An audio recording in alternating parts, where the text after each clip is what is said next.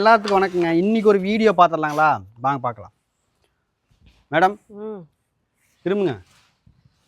இன்னும் வேலை மாஸ்கெல்லாம் போட்டு பயங்கரமாக இருந்தது. என்ன வேலை செஞ்சுட்டு இருக்கிறீங்க? என்ன வேலை செய்யறேன்னா பார்த்து என்ன வேலை செஞ்சு துணி துவச்சிட்டு இருக்கிற மாதிரி அப்படி எல்லாரும் பாப்பா இது எல்லாரும் கேட்டிருந்தாங்க இந்த தறி எதுக்குன்னு. அதாவது இது வந்து பேர் தறி. அதாவது எங்கள் லோக்கலில் இருக்கிறவங்களுக்கு எல்லாத்துக்கும் தெரியுது தறின்னு. மற்ற ஊரில் இருக்கிறவங்களுக்கு தெரியாது. இது வந்து கைத்தறி பாப்பா கைத்தறி நெசவு தொழில். இது வந்து கைத்தறிங்க.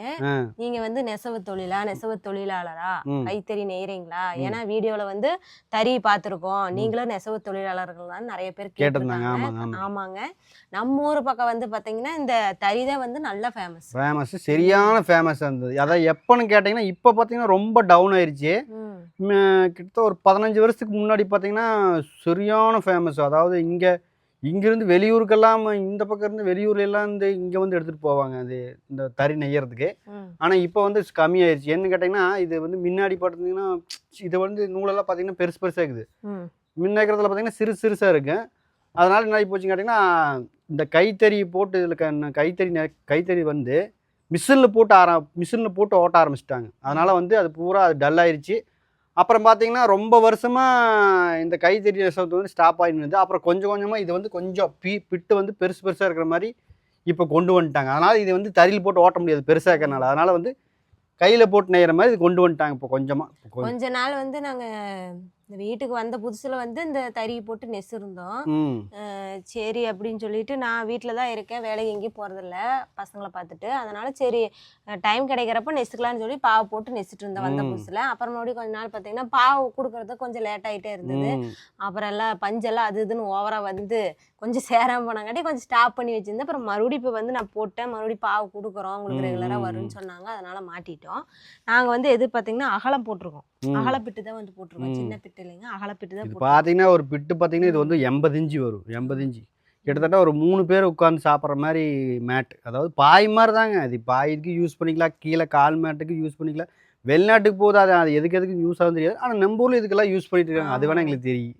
ஏவாப்பா இந்த மேட்டை வந்து நெஸ்ஸு இது வந்து எப்படி விற்பனை பண்ணி இது பண்ணிடுவாங்க.